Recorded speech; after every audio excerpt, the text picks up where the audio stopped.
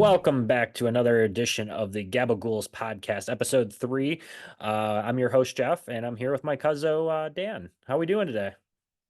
Hey, loving this weather. I wanted to talk about that real quick. 70 degrees today. I don't know if it's at 70 just yet, but I don't know if you can see I got shorts on. I'll even stand up for you for everyone at home. Oh, Got the geez. shorts on Look here at too. that. I'll tell you, it's Those are beautiful. I some got the window open. those are some white legs for one, and I've never seen a hairless leg like that either. So congratulations on I, that. I'll tell you, we don't usually get to tan the legs too often at work, but Right. I've been petitioning to wear those real short shorts, like the one cop in Reno 911. Yes. So You have to wear the boots yeah, so you could be new boot scooting. new boot goof, and yeah, man, I need Yeah, those white boots.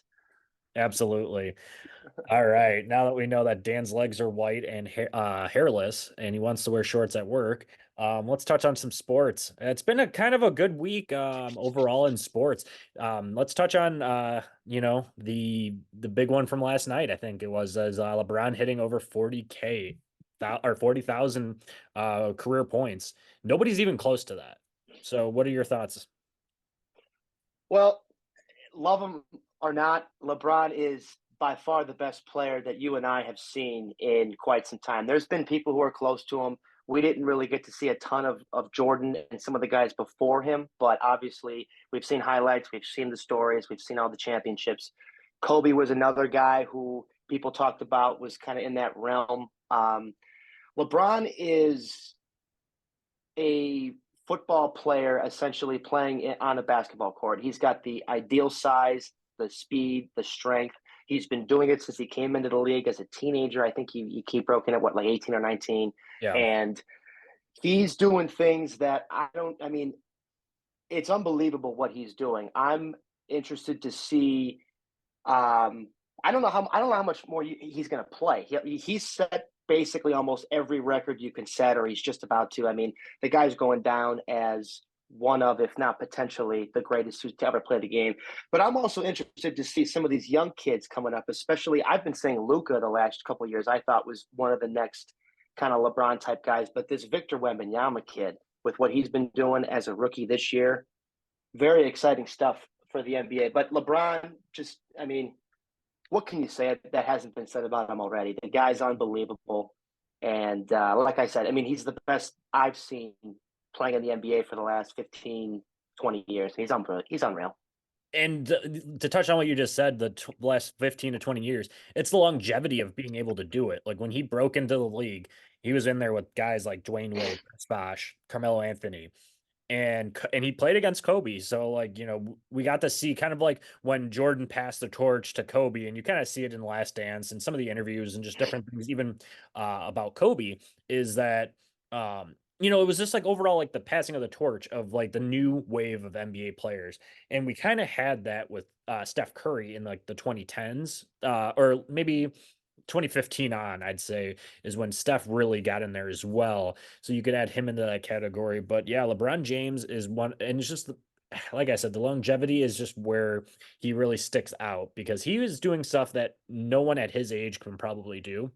And to do it at that high of a level and still, I think, be able to score at will if he wanted to. I think he can still take over games. We clearly can see it. Regular season's tough to judge because, players do take days off. And in this climate of the NBA, it's not as Yeah. prominent to win these games. As long as, I mean, like we touched on it in last week's show about with the Bulls and the standings. And it's just like when you look at how many teams get into the playoffs, if you make it in the playing game, if you save enough juice for that and you just really turn it on, teams make runs. We see it every year in different sports. But yeah, LeBron, we do. Everybody has to give him his flowers. Now there'll be the great debate forever. Jordan, who's better, Jordan, Kobe, LeBron, and then it's like you throw Wilt Chamberlain in there, you throw Bill Russell in there. It's just we got to go. I think the goat decision or discussion has to be changed across the board and do it by era. Because how can you not say Bill Russell and his 11 titles? Granted, he was playing against weaker talent, still won 11. And what do we judge of being a goat on? Because if yeah, the big discussion that we always have with Jordan is the 6 titles, 6-0. No one has that record, right? Except for you go over to football, you got Brady and his 7, Super Bowls, which is still impressive in its own. But I think we just have to change the discussion from also just being a team game. Like championships are huge. That's why you play the game. But overall longevity, can you score? Can you play defense? Across every sport, you want to be able to do that. And that's something that he has been able to do. I'm not gonna, toot his horn too much. Obviously, I still will say it's Jordan over LeBron. But overall, when we talk about your prototype ideal basketball player, it's LeBron. Yeah, and I like what you said about the era too, because that's a big part of that GOAT debate, especially for the NBA. The NBA's gone through its different levels of, who was dominant when. Obviously back in the day with Bill Russell and Wilt Chamberlain, it was more of a big man's game. You threw it down to him. Wilt had his 100-point game. I mean, you're not going to see a big man banging down low in the paint scoring 100 points now. It's just not going to happen. So the era is definitely part of that debate too. But yeah, when you talk about LeBron at 40,000 points and counting, I mean, it's you start to run out of words and things to say about the guy, and that's I think to me that shows what true greatness is. I'm not the biggest LeBron fan, but man, No, I mean, you got to respect what he's done. I mean, absolutely. Like, and in a comparison, I hate Derek Jeter, but what he did with his, being able to hit the ball, that's another thing. And you kind of love to hate these guys. Like, and I think the biggest thing too, and I was thinking about this the other day, is that people hate success. And this kind of leads into the Taylor Swift and Travis Kelsey. I, because Patrick Mahomes is one of like, it seems like the nicest guy, Kermit the Frog, whatever you want to say about him. He is great. And I think people hate success and they hate seeing repetitive success. And that's why people hate the Chiefs. And enough people hate Taylor Swift. So it just like, I love Taylor Swift, Swifty here, but like, you go into it and yes, we can discuss that at nauseum. I've always been, but discussing it, people hated them even more because they said that, Taylor Swift ruined football. It's like, no, and the same people that complain when, they just have complaints about everything. And you just don't, if you don't want to watch, don't watch. You don't have to go on your social media. Don't have your opinion. I mean, you can have your opinion. We're not saying you can't do that, but we just don't care. Like nobody cares. And if you want to voice it, that's fine. But if you're gonna sit here and just cry about it nonstop and say I don't want to watch it, then don't watch it, and then you won't be as upset. You could probably binge something on Netflix that might be more exciting to you. But getting back on the track, yeah, you have to go by eras on everything now. You definitely have to go by eras. Bringing up Taylor Swift just for a quick second, I would not say I'm a Swiftie. I don't dislike Taylor, Yeah, but man, did she get a lot of run with the NFL this year? And you know what? To talk about the hatred amongst teams, that comes down. I mean, I don't think people hated the Chiefs when they started winning, but now 4 or 5 years or whatever in a row, they keep getting to the AFC Championship or the Super Bowl. And he's sort of, you talk about passing the torch. Well, Brady essentially kind of passed the torch to Mahomes a few years ago. And now you see Mahomes and the Chiefs doing that. It seems like every single year people weren't sure about him this year. And then look what happened. So, yeah.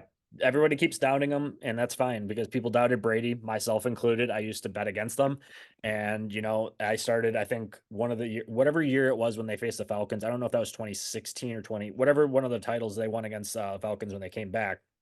I mhm. remember being at a Super Bowl party and everybody was cheering like and whatnot at halftime because they were like, "Oh, Brady's done. This is the end of him and Belichick." The same narrative, right? And I just was sitting there. I said, "Watch what's going to happen. Watch what's going to happen, and he's going to come back and shove it up their ass." And sure as shit, he did.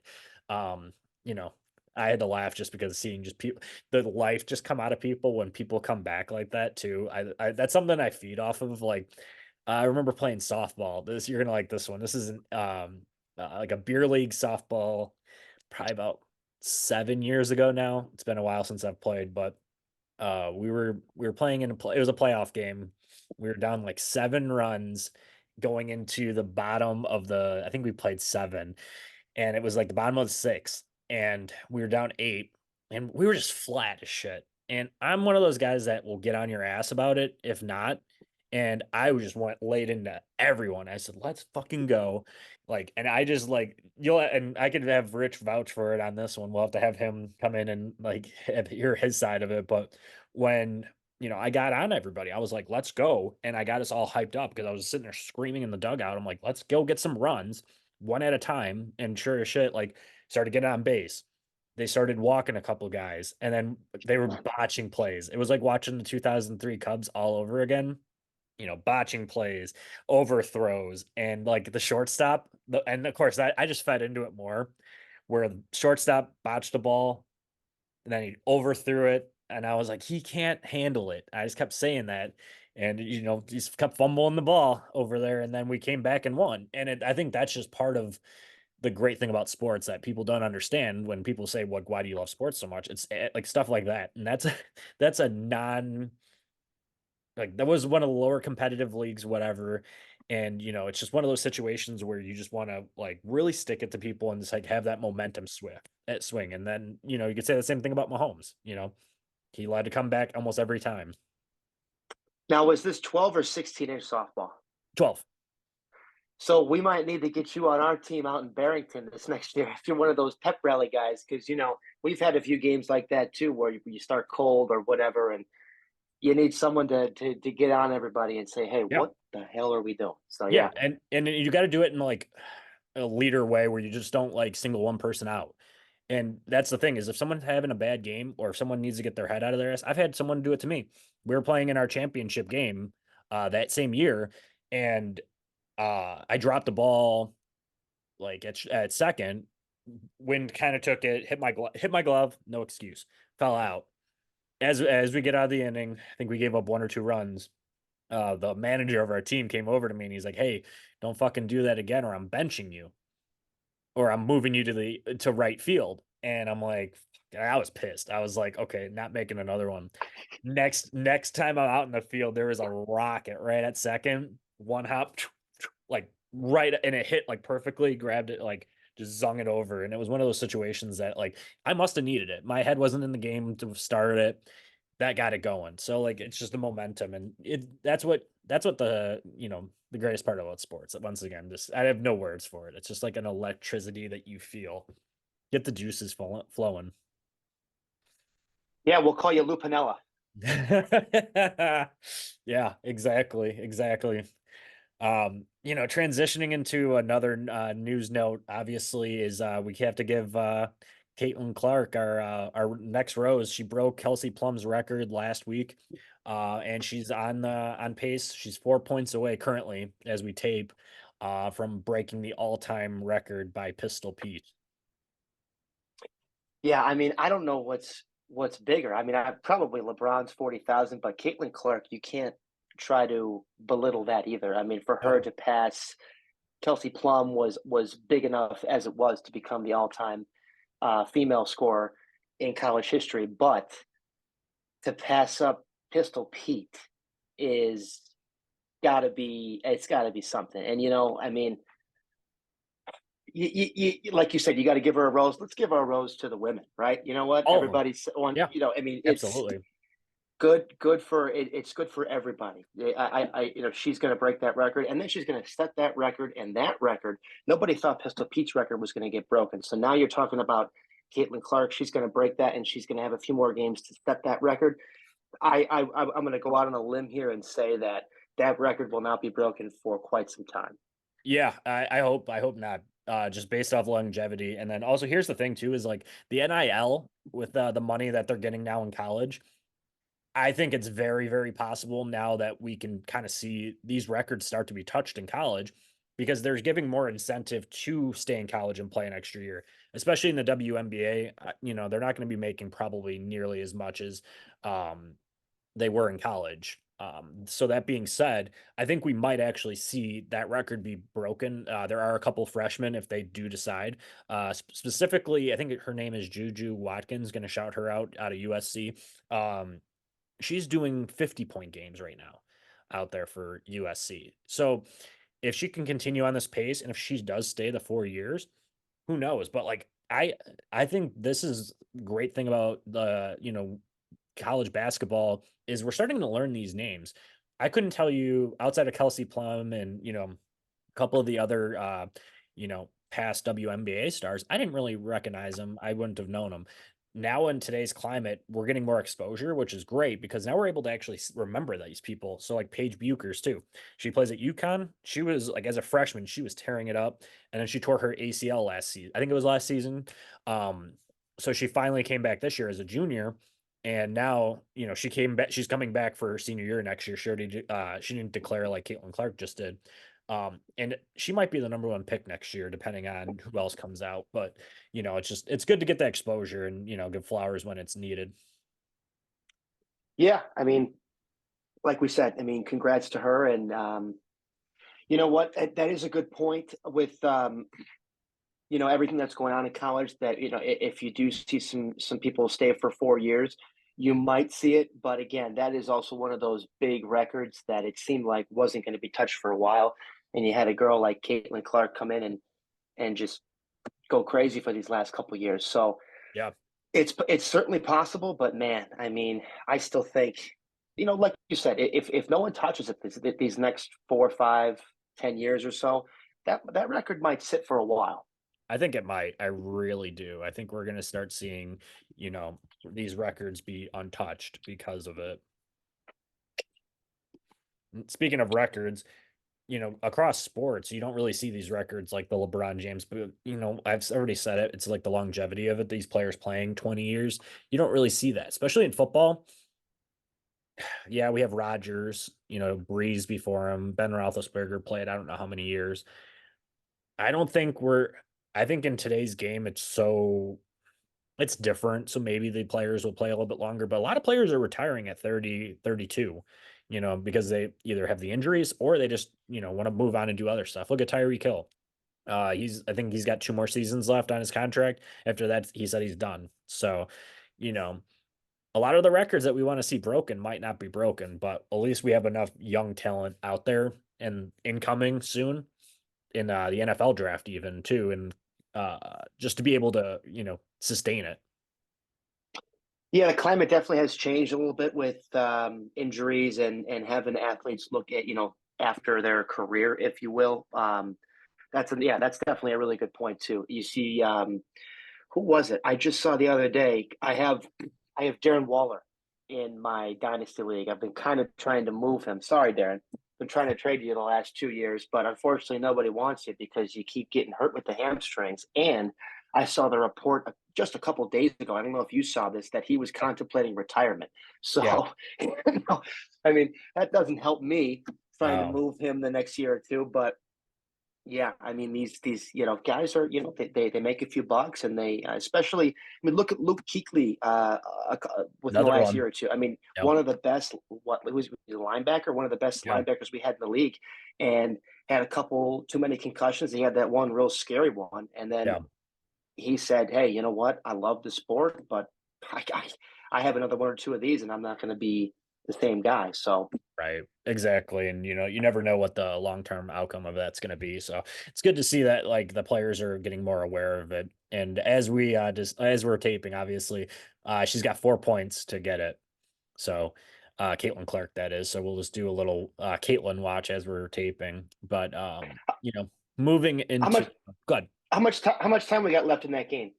So it's the second quarter. They play 4 quarters in women's college, so we'll still have a half. But she's gonna get it today. Yeah, definitely.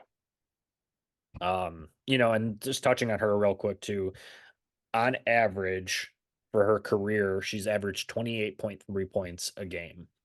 This year, 32.2 thus far. So career high. So I mean, you Yeah, got I to do mean, what you got to do to carry the team if you need be.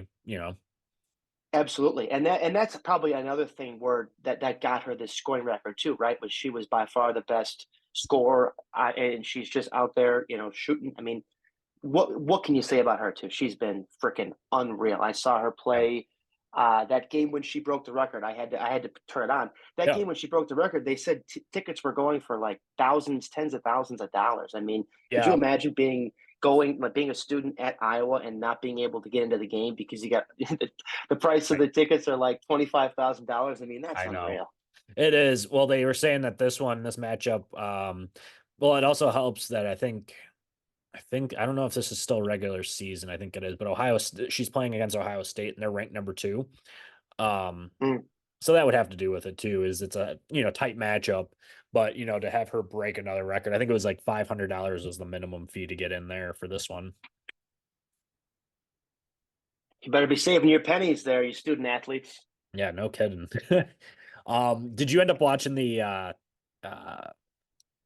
Blackhawks last week when Kane returned to town? I forget I think there might have been something else on. I've watched I might have seen, was that the Chelios retirement night? Yeah. So I might have had the retirement thing on for a few minutes, watched him get his flowers, if you will, and then I think I don't know if the Cats were playing a basketball game or not. I think I might have turned that off. But what about you? Yeah, oh yeah. Of course, watched it. Patrick Kane returned. It was a nice overall night for Chelios, and Bedard was back, so that was nice, and a bunch of former of the dynasty players were there. It's gonna be interesting to see how many of those players actually do get their jerseys retired or numbers retired and hung up in the rafters. I think we can, Taves wasn't there that I saw at least, but Taves, Kane, I'd like to see Sharp. Hosa's already up there. Duncan Keith and Brett Seabrook, I think will all end up there for sure. But overall, nice night, and I don't think you could have drawn it up any better. The game-winning goal was in overtime, and it was done by Patrick Kane. And you have to root for him because he did so much for the Blackhawks. Like, and also we want to lose. I mentioned this last week when we want Macklin Celebrini. We want to be the worst right now and just see individual development. Right now, the players that Bedard's playing with are not going to be here probably in 5 years when we're super competitive. So it's just going to be one of those things that we have to wait a little bit further and just kind of keep going. But yeah, overall, insane night. And you couldn't have drawn up a better, night for hockey.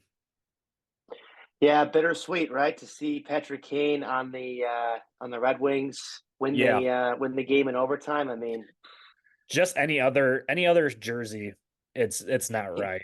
It's not right at all. But moving into that, weather's nicer. Spring is sprung, as some would say. We're getting closer to baseball season. And yes, April games are still cold and rainy and stuff.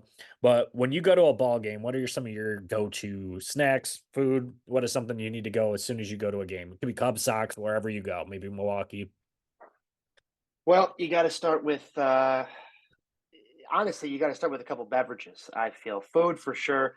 Beverages, though, you got to have a couple brewskis, anything tequila if you can get it. That's right up my alley. And then as far as snacks go at the game, I'm a big pretzel guy. I love a That's nice nice. pretzel. Yeah, You got a salty. couple different sauces, right? You got a little cheese, a little mustard. Maybe you venture Yeah, out into something else. Um, I also, you know what? I think there's something to having a good hot dog at the game. That's sort of one of those old school things where the Cracker Jacks and the hot dog. But I think a good dog. Throw some grilled onions on there. I'm a relish mhm. guy with some mustard, maybe some sport peppers if you have it. Oh, mama. Oh yeah. In Chicago, it's not hard to find those. Yeah. Same alternative for me. It depends on where I'm going. Obviously, if I'm going to a Cubs game, you're gonna have some train beers or seltzers. I'm a big seltzer guy when it comes to it because you can drink more of it. You're not gonna be as full. I don't have a preference, whatever one's cold. And then when you get to a game, I'm a big beer guy. Just give me like whatever your beer on tap is, as long as it's cold as well. And then for my snack, uh, the Sox at least have these like buffalo chicken fries. So it's just like buffalo chicken cut up on Oh, some fries. Delicious. It's in right field, at least, no free ads, Jerry, but one of my favorite things to get there. And then obviously the hot dog. And it's got to be the one on the grill. I don't like the cheaper ones that you get wrapped in foil. Give me one of the big the steamer. Yeah. steamer one. Yeah, give me one of the big ones that's on the grill with the grilled onions on there, and then I'll throw a little mustard. And if there's sport pepper, I'll do sport pepper on there. But those are my go-to. And that's the thing about like the Sox I like a little bit more too is the tailgating aspect of it. There's nothing like sitting in your car, if you have an SUV or something, or a couple lawn chairs, and you just sit there, you maybe play bags, have a couple beers, and just chill with your buddies. I'm glad you brought that up too. Yeah, because that's, I mean, that's one thing that obviously being a Cubs fan at Wrigley, we don't have the ability to tailgate, but that is one of the best parts of sports in general. I mean, any sport, when you can go there and tailgate and have a couple drinks, have, everyone kind of bring their own something Yeah, or other to grill or cook. You got some sweets, you got a little bit of everything. That's the way to do it. absolutely. And that'll be something if the Sox do in fact move to the South Loop. I think the tailgating will be gone at that point because they won't have the part. I mean, at least in the initial pictures that they have currently, they don't have it drawn up that they'll actually have the parking lots. That might change if they even move there. And it looks like Caitlyn Clark is the all-time scoring leader. There you go. Round of applause. Round of applause. All right. Very nice. But back to the Sox, yeah. If they actually do get that stadium, that'll be kind of a lost art. Is being able to eat or eat and drink outside of the stadium. That's a big thing. I do enjoy going to the bars and pre-gaming at the bars before you go to Wrigley, though. Now, do you think the Sox are actually going to move there, or do you think that, If the, if you they know, if they get the funding, I think so. okay, interesting. Yeah, I don't know if Jerry would pay for it for himself because I don't think they even paid for the stadium that they're at now. I think the state paid for that one too.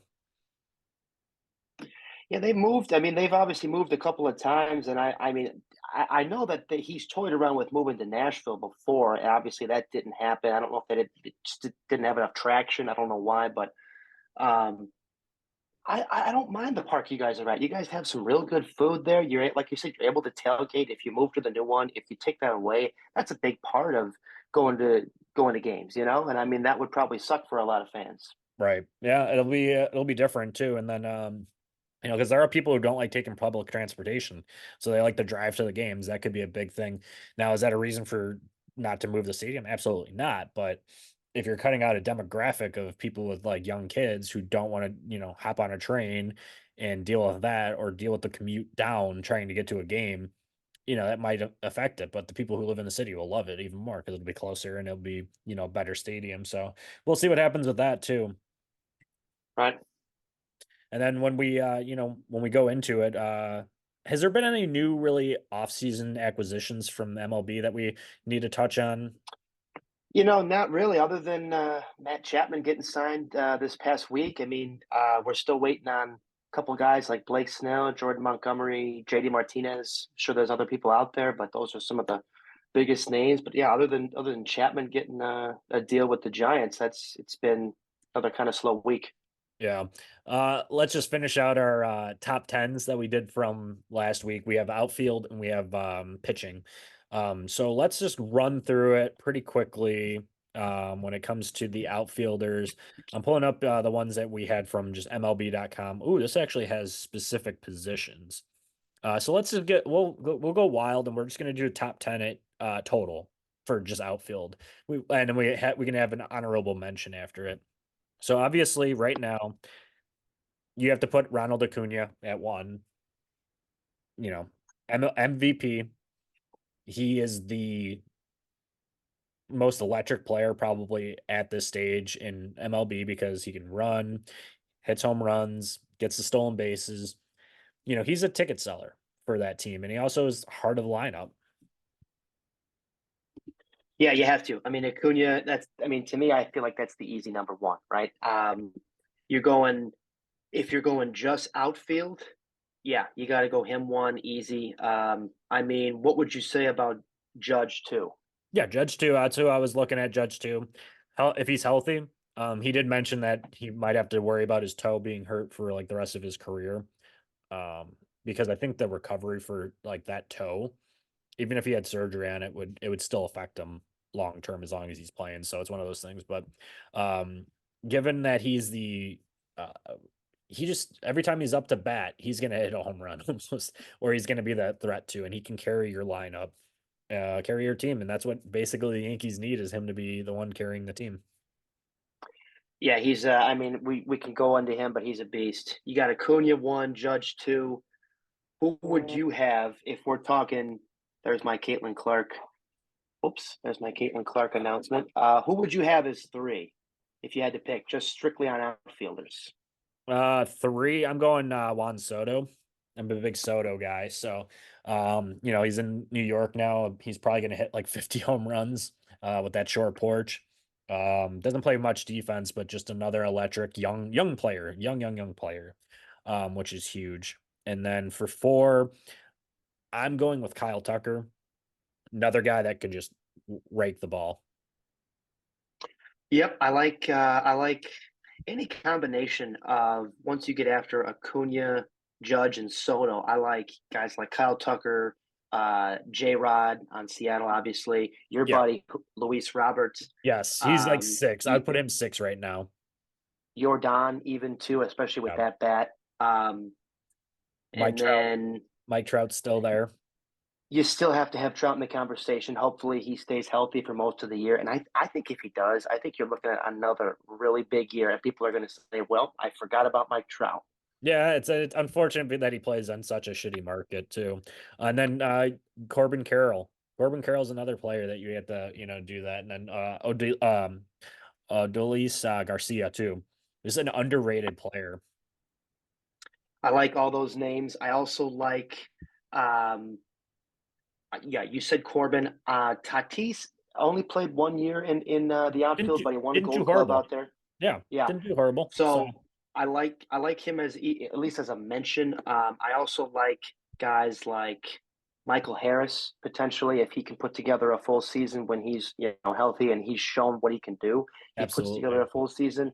I think he's probably a top 10 outfielder. Um, and yeah, I think when you look at the outfield, you look more at the center field and right field positions more than left. Left field maybe a little bit weaker overall, but you still have a few people over there. Yep, exactly. Um, let's just move into starting pitching after that. Number one, Garrett Cole. Until someone Easy. knocks him off, I think he's still one currently. Just his track record, he's got the Cy Young, easy number one. Easy, easy. And then I'm going number two. I'm going to go with our guy Spencer Strider from the Braves. Electric. I think this is the year he finally gets his Cy Young. I got Strider in my top 10. This is also the list I'm going Yeah, off of is also the MLB.com, but they had Corbin Burns at two, coming off of a nice year, maybe not as Corbin Burns like as we saw a year or two ago when he won the Cy Young, but still think that he's a perennial guy where when he's healthy for the majority of the year, you're probably looking at him as a Cy Young candidate. absolutely. And then rounding out three and four. I mean, well, because Corbin Burns would be three, so four and five. Got to go with Zach Gallen. I'm going Blake Snell. ERA, he wins Cy Youngs. He's a great pitcher. And then I like Zach Wheeler. Zach Wheeler is one of those guys that just comes out and shoves every week too. I like all those guys. As far as again as the list goes, they had Gallon three, Verlander four. What is he, 40, 40, whatever? I mean, he's still punching Mr. tickets though. Reliable. Mr. Reliable. Blake Snell, the free agent, still at five, and they had Wheeler at six as well. And yeah, I mean, all those guys are legit. I mean, those are some of your best pitchers in the league, right? I mean, Snell's had his inconsistencies, but when he's right and when he's doing his thing, he's right up there. Yep. And then rounded out Logan Webb, Max Fried, and then I have to go with Yamamoto now going into this season. Um, and an honorable mention, I'm going Tyler Glasnow. Once again, just a dominant pitcher. I like those both. Obviously, Yamamoto first year, Glasnow. We got to see if he stays healthy. Last I had, they had Strider seven, Logan Webb eight, Max Fried, who I'm very high on at nine, and they had Sonny Gray rounding out the top 10. Interesting. So yeah, you know what? I mean, he's coming off of a couple nice years. I don't know if I'd have him top 10, but they have. He's close enough for me. So Yeah. All right. I don't really care about relief pitching all that much. I don't know if you do or not. We can touch on it if you do, but because it changes every year because we don't have that dominant closer that we used to, like Mariano Rivera, Trevor Hoffman. But very important in the game. I want to save a majority of our time for the Caleb versus Justin Fields discussion. I think that's going to be what what we're just in nauseum of until the combine's done, which is on now as well. You know, that just finished up, but one of those that's going to be the biggest thing a debate for Chicago up until the draft, and maybe even this week, maybe the end of this weekend, we'll find out if Fields gets traded or not. But if you had to pick who would you pick just without any data? Who are you picking? Caleb Williams or Justin Fields? Seems like Caleb might be trending towards the Bears. If you're asking me, Yeah. I think I would. I might go with him too, just because I don't know if I've personally seen enough from Fields, especially on a game-to-game consistency basis, to have him be the guy. And you got to pay him about 25 million for this year. But um, Yeah, because I he's still don't got one love more year throwing. left. I don't love throwing a rookie quarterback into the Lions' den as the Bears do all the time. But Caleb is being touted as, he's being compared to the next Mahomes. So I Yeah. mean, I think you have to roll the dice with him. Yeah, breaking it down to just why I'm pro Caleb. So as you mentioned, so Fields still has another year left on his rookie deal before they have to like pay him, which is good. That being said, though, I would also go with Caleb. So I'm a USC fan, so I got to watch a lot of him over the last 2 seasons, and he won the Heisman in 2022. That's just an accolade. And he overall was the guy who kept them in the like their defense was piss poor. They give up 50 points a game almost. Even against the worst teams, they were giving up 50. Um, yes, people are comparing him to the next Mahomes, but I think Mahomes has his own category. And I think he's actually going to be a closer Josh Allen. And that's his ceiling. I think his ceiling would be Josh Allen. And his floor, worst comes to worst, he's Donovan McNabb. Hey, McNabb was pretty solid. So if Yeah. you think, At I worst. like Caleb. I think, the only things I don't love about Caleb are personally, I don't love his attitude. And I don't love that. I don't think he did anything at the combine, right? No, he just basically went. I don't know if he even got measured or anything, but he did decline to do the medical, made the statement that not 32 teams can draft me. He is a big eye guy.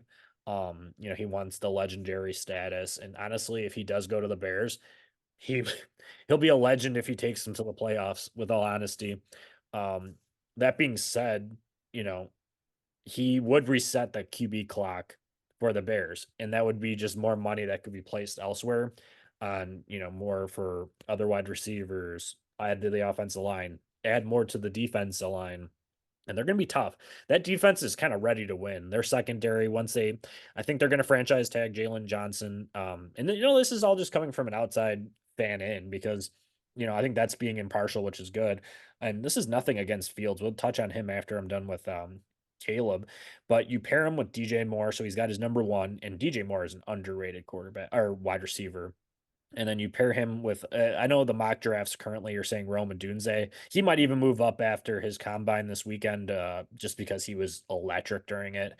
He's not the Mhm. fastest guy, but he's quick, and he's just a big framed wide receiver that puts in work. People will want to come and play with Caleb. That's a thing too. They did it in college. Everyone transferred to USC once they found out Caleb was going to be there. And some of the things he does really well is like I said, he was forced to keep his team in the game, and he did. Some of his big games were against in 2022. He rushed for 3 touchdowns against Notre Dame. He threw for one. He kept them in the game against Washington, and Oregon. Without him being in those games, you know, they get blown out by 50 and it's over.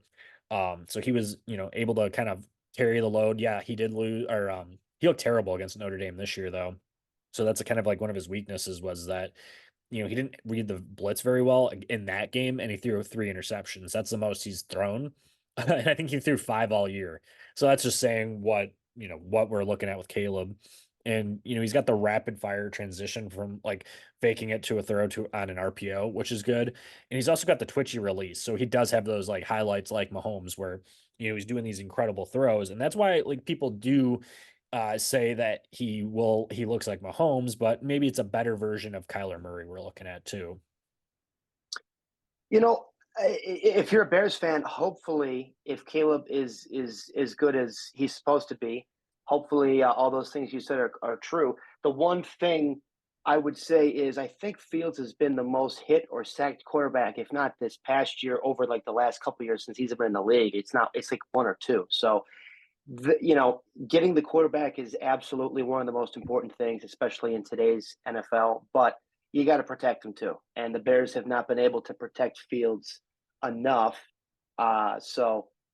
Hopefully Caleb. I mean, he's got a lot of good, talent, skill. He's got a lot of good things that you like to see on tape. So hopefully he is, hopefully he's that guy and he transitions to the NFL seamlessly. Yeah, and one of his weaknesses too, obviously everybody has to have a weakness. Like as much as talked him up for playing, carrying the load at USC, the ball mentality is not going to transition well into the NFL. You need to rely on your teammates. You need to get that I mentality out of it. And he has this problem where he did hold on to the ball a long time in those losses too. He would miss open reads. So that's something he's just going to have to transition. Um, they do have a new offensive coordinator with the Bears this year. I don't think Eberflus is the answer. Granted, if he does finally get a good team around him, let's see what we can do. But that being said, you never know how to judge a coach when he's got nothing around him. And right now, that can be what we say about Justin Fields. He didn't really have many good players around him for 3 years. They were going through a rebuild. Um, but transitioning into Justin Fields, Fields is an electric playmaker. He's must watch when he has the ball in his hands. He's got a great deep ball. How many times have we seen it where he hits these guys deep in stride? And I think a lot of the drops were bad wide receiver play. Darnell Mooney was not this elite wide receiver.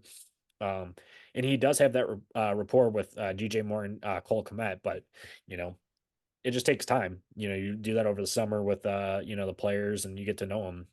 And he's an elite runner, so that helps too. And I think once again I touched on it, but he was dealt a bad hand when he was drafted. They were starting their transition into like the rebuild.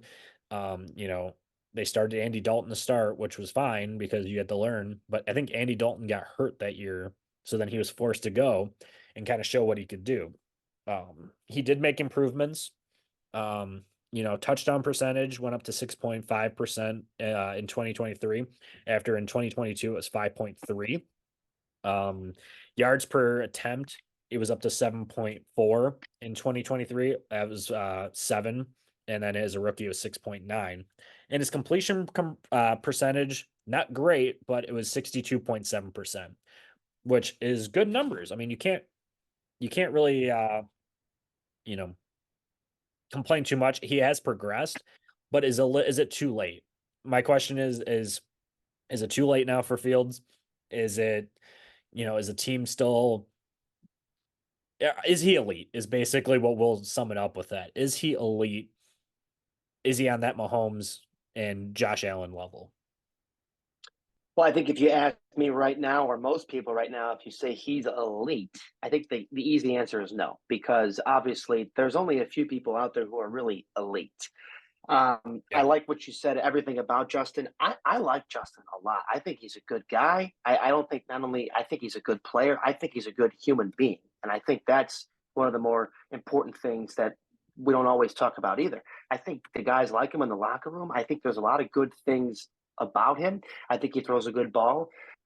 I think he's gotten better this year too. I think he's steadily improved, but is it enough? And I also think Fields should have ran the ball more this year. I think the Bears wanted him to throw more. Maybe I'm wrong. And personally, you said he's an elite runner. He is. He's probably one of the top 4 or 5, maybe even top 2 or 3 running quarterbacks that we have in the league right now. But Yeah. it seemed like they did not want him to run the ball last year. And No. I felt that hampered his ability. You want to keep him in the pocket. That's not the type of guy he is. You said he's an elite playmaker, he's an elite runner. Those are true statements. When he gets outside the pocket, he makes things happen that a lot of other quarterbacks can't do because he's got that great speed with his legs and he's a strong guy too. So I like I like a lot of things from Fields, but again, I just don't think we've seen enough these last couple of years to say that he is elite or he's the guy. And I know a lot of guys in that locker room might not love hearing that, but I mean, it at some point or another, you got to do what you can to win the game. If it's a pass play, I don't really care. If it's a pass play, just run the ball. Do what you got to do. Get the first down. The guy's got the talent. Um, but like last year, watching some of these games, it was frustrating me when it's like, man, just tuck it and run. You're sitting there looking for these guys, and they're not getting open. I Right. like Moore, I like Komet, but like you said, Mooney, he might have been better 2 years ago than he was this past year, and Right. he's supposed to be your third option. I'd love for the Bears to be able to get a Marvin Harrison, the Adunze. I know there's another Yeah. couple guys. I have to read up more on the combine, but I know that I heard from someone that it's a pretty decent wide receiver draft. So you Yeah. can find someone at the very top. You could also find another solid guy, maybe a little bit lower than the very top. But some of those top guys, I think the other guy's name might have been Harris, his last name, but there's two or three guys that are talked about that are right up there. It's not just Marvin Harrison. So, the Bears should be trying to look at some of these guys, but also too, like I said, got to figure out that offensive line a little bit more too, because even if you take Caleb, you don't want him running for his life these next couple of years. Yeah, and I think that's playing the devil's advocate too, where we say, hey, the Bears actually do keep Fields. Say they don't get the offer that they want and they can trade back. Ideally, obviously, that's everyone's pipe dream of being able to trade back out of one to people wanted like the trade to the Commanders or the Patriots and or even Atlanta or not Atlanta. Well, Atlanta, yeah, one of them and then be able to like draft Marvin Harrison Jr. or one of these guys. And that's just a pipe dream here. We're not playing Madden. It's not going to happen. I don't think at this point, unless I mean, who knows? I could be completely wrong and egg on my head on this one. But when we're looking at it, what I've seen so far is that, you know, if you had to ask me dead honest, should they build around Fields? Absolutely. Reason being, if he's not the guy, you also know Flus isn't the guy. So then you transition, you do this one more year, you give him the one more chance, you build around him, you trade back in the draft, you give him more wide receiver help, and you also give him offensive line help. You go, if you could trade back to like five or so, draft a offensive tackle or a wide receiver, that's helping Fields. And then you kind of roll with it and see what you get on defense too. And also, this wide receiver class for free agency is insane. It's the best it's ever been. So it's a very deep class for running backs as well, but Bears really don't need a running back.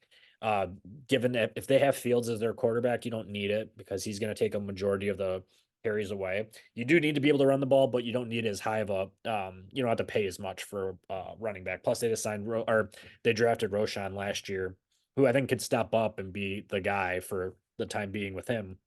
um, the bad thing about Fields though is he's weak against the blitz. He's 40 to 30 for the ratio for touchdowns to interceptions. He doesn't have a good win-loss record, but I don't judge wins because yes, there's a couple wins he could have had. Um, and it's a team game, so like that's tough to judge. But what really stood out to me when I did some investigation is how bad Fields is in the fourth quarter. Um, he's got 10 touchdowns total in the since he's been a rookie. 10 touchdowns in the fourth quarter and 16 interceptions. And just his ratios are terrible in the fourth quarter. And I think we've seen it like where he just doesn't finish the game. And I think that's one of the problems. And we've kind of seen that Caleb can kind of do that. So that's where I would give Caleb, but granted, it's a different level. But like we've seen Caleb do it in college. So it's like, how can it's hard to judge him, but like right now, and then Fields also has held the ball long. He was the slowest in the NFL to get rid of the ball with like 3.08 seconds, which is zero point 0.4 faster than in 2022, but it's still the slowest in the NFL. So that's a problem. Um, that also doesn't help it. If you watch the elite quarterbacks, they get rid of the ball quickly. And if you're holding on to the ball, that means you're trying to be a playmaker, and you're not going to be able to do it. But like I said, if you trade back, build around Fields, you have a good, chance. And if it doesn't work out, you try to get one of these guys in 25, Shadir or a couple of the other guys, and then you just kind of fire your head coach and try to get a Ben Johnson from Detroit, or you try to get the offensive coordinator out of the Houston. So, that's my thought process on that. Yeah, I mean, you said it all. You know what I mean? Fields, we all like him, but I just don't know if we've seen enough. But I mean, if the Bears went one more year with him and got a couple guys to help him, I don't hate it. But I also look at the division, and I think that me personally, I mean, the book was still out on Jordan Love this last year, and he ended up. You're talking about finishing the year, man. He finished the year well, I don't think there was And like a that hotter. Yeah, he was hot does, the do- year.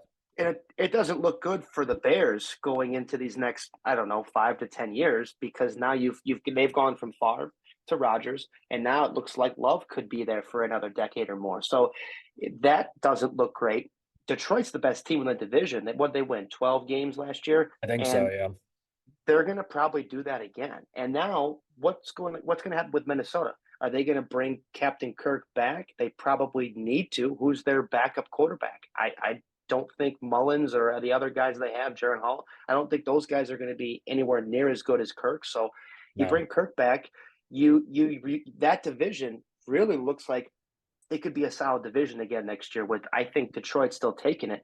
So the Bears are in one of those positions where if you look at the division and just like the longevity and look at some of these next couple of years, it almost looks like you got to make sure you have the guy and you try to get the best overall team you can. Because like Detroit, correct me if I'm wrong, I think Detroit's pretty young, and I think Green Bay's Yeah. like the youngest team in the league. So you've got some Yeah. really good young teams that you're going to be competing with in your own division for the Right. next 5 years or more. And if you're the Bears, you're Ryan Poles, you got some big old decisions to make. And my friend, you better make the right ones. So no Yeah. pressure, Ryan. No pressure, Ryan. We know he's a big fan of the show already. 3 episodes in, he's calling in He's a trying. gabagool himself. So Yeah, apparently. That being said, though, yeah, you've touched on a lot of big, things within the division. Will they be able to beat Detroit with Caleb? I mean, here's the thing: is you kind of take a not step back because you have a new quarterback, but it's going to be a transition year, and you almost have to be patient, and people don't want to be patient anymore. They're tired of rebuilding. That's the thing. They're tired of rebuilding, and they want a winner. Um, is Justin the winner? You have to build more around him. That's just my opinion, but I think he is getting traded this week. Um, I saw something that Atlanta's out on him. I heard Atlanta wants Captain Kirk. Um, so that leaves an open hole for them. But I mean, who knows? We could see this like playing out in 10 different ways, but I think everyone should temper their expectations on the return now for Fields. If the Steelers do trade, maybe they might give a second. But it's going to be hard. And then I think I don't know how valid it is, but I did see that they were talking about building around Kenny Pickett, and I don't believe that either. So like I don't know why these teams are going to build around not great quarterbacks. Captain Kirk's good. Don't get me wrong. I think anybody who steps into Atlanta is going to be a lot better. Um, you have Drake London, you have Kyle Pitts, and then you also have Bijan. So it'll be an interesting week. We'll touch on the combine probably more next week. One highlight I will give of that one is Xavier Worthy from Texas running the I think it was like 4.29. I think was his final run, and that was just insane. Quick guy out there. I saw that. Yeah, that was one of the things I saw from like one of the big takeaways was the receiver who ran a 4.2, whatever it was. So you got to like that. And yeah, I saw something about Atlanta being interested with like maybe a couple of third round picks for Fields. But now you're saying if Atlanta's out, that makes that interesting. I also saw Ryan Poles had his phone on Do Not Disturb recently. So Oh, it seems like, it seems like Fields is moving. Is what it yeah. seems like to me. Yeah, So I agree with absolutely. you. I mean, and he also said he wanted to make it quickly because he knows it's probably, unnerving or, unsettling for Fields. So I'm sure, I think that this week could be very interesting. I agree. Yep. All right. With that being said, any closing words? Any closing words? Congrats to LeBron and Caitlyn Clark. I think that's the biggest couple of things from this week. Obviously, Caitlyn Clark broke the record on this podcast live, so just throwing that out there, kind of a big deal, you Yeah, know. we're kind of what you call a record-breaking podcast. So hopefully we can All right. continue it going, you know, while we tape people break records. So How many podcasts do you know of on the third episode where you got a big record like that getting broken? I'll go ahead and start. I don't know one. I don't know any either. So we'll toot our own horns here, and I think we'll end it here with that. And as you like to say, I think you'll like us. I think you guys are gonna like us.